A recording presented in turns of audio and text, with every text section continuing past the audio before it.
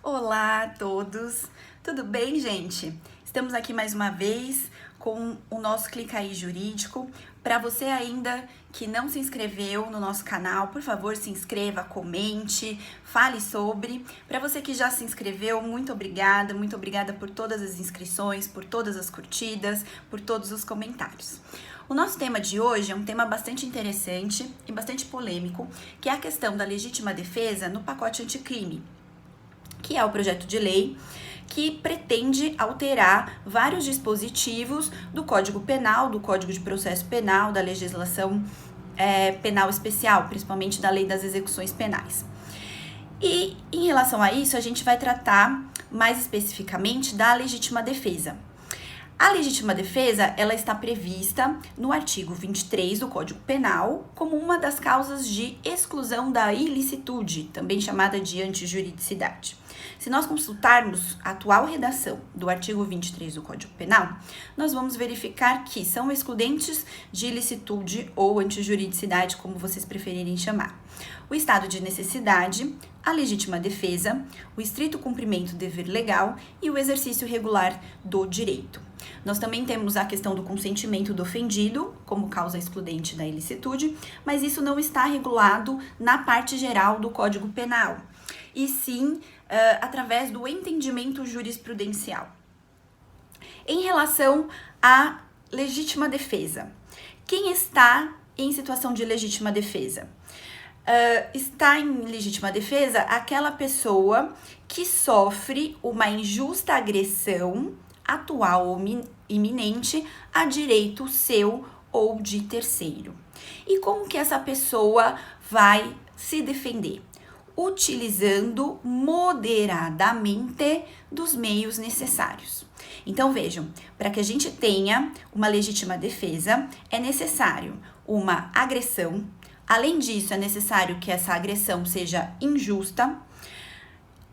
Além disso, que ela seja atual, esteja acontecendo naquele exato momento, ou seja, iminente, prestes a acontecer, a um direito que é da própria pessoa ou de uma terceira ou de outrem. Como que essa pessoa vai reagir? Usando moderadamente os meios necessários. O que significa isso? Em primeiro lugar, meios necessários.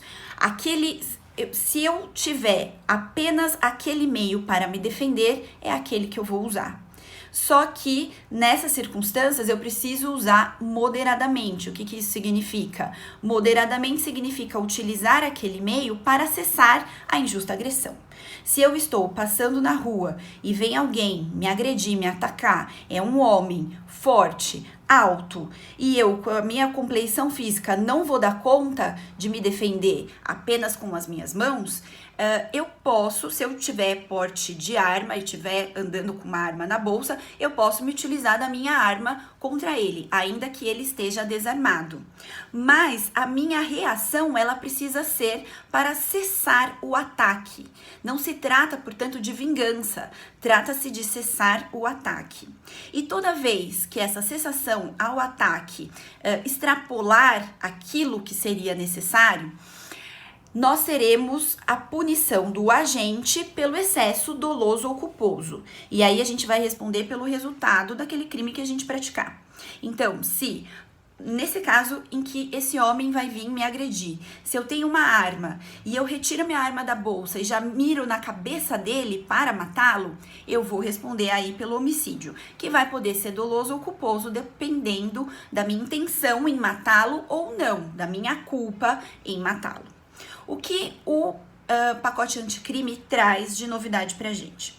Ele insere o parágrafo 2º no artigo 23 do Código Penal. O artigo 23 tem o parágrafo único que fala da punição pelo excesso doloso culposo. Ele vai inserir o parágrafo 2º, que vai falar o seguinte: o juiz poderá reduzir a pena até a metade ou deixar de aplicá-la se o excesso decorrer de excusável medo, surpresa ou violenta emoção.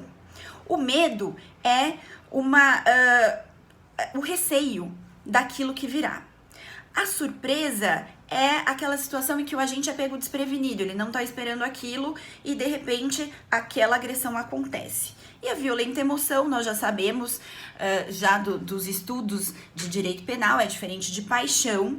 A violenta emoção é aquele sentimento abrupto, intenso, que acontece naquele momento. Enquanto que a paixão é aquele sentimento menos intenso, vamos colocar assim, que dura mais e que vai sendo construído ao longo do tempo. Qual que é a principal crítica que a doutrina faz em relação a esse parágrafo 2º? É que ele abre uma margem de discricionariedade muito grande para o juiz. Porque como que o juiz vai saber se naquele momento em que, por exemplo, um policial mata uma pessoa que estava agredindo outra, ou que estava agredindo ele mesmo? Como que o juiz vai saber se ele estava com medo, se ele estava com surpresa, ou se ele estava sob violenta emoção? Além disso, esse parágrafo 2º, ele alarga muito as possibilidades do juiz deixar de punir alguém pelo excesso, ou então dele poder reduzir muito essa pena por esse crime. Passando então para o artigo 25. O artigo 25, ele vai falar estritamente sobre a legítima defesa. E aí nós teremos pelo pacote anticrime a inserção do parágrafo único com 2 incisos.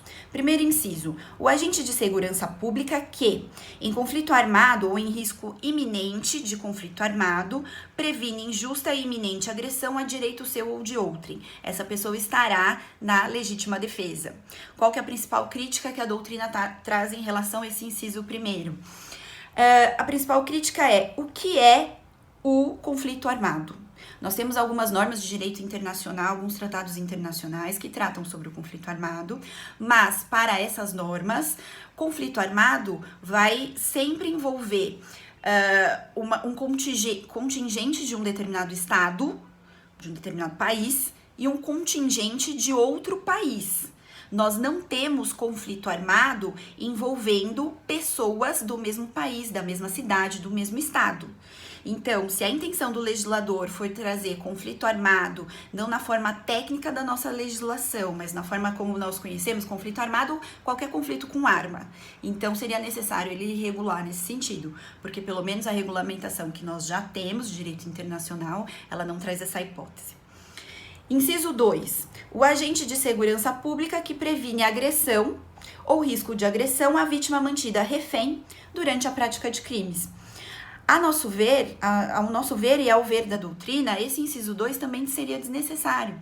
Por quê? Porque esse caso do agente de segurança pública que previne agressão durante a prática de crimes, a gente já tem tanto o estado de necessidade quanto o estrito cumprimento do dever legal. Então, seria mais um inciso aí que seria inserido desnecessariamente. Ok, gente, então ficou a dica sobre a legítima defesa e o pacote anticrime. Espero que vocês tenham gostado. Semana que vem tem mais. Um beijo grande. Penal é mais legal. Clica aí, jurídico.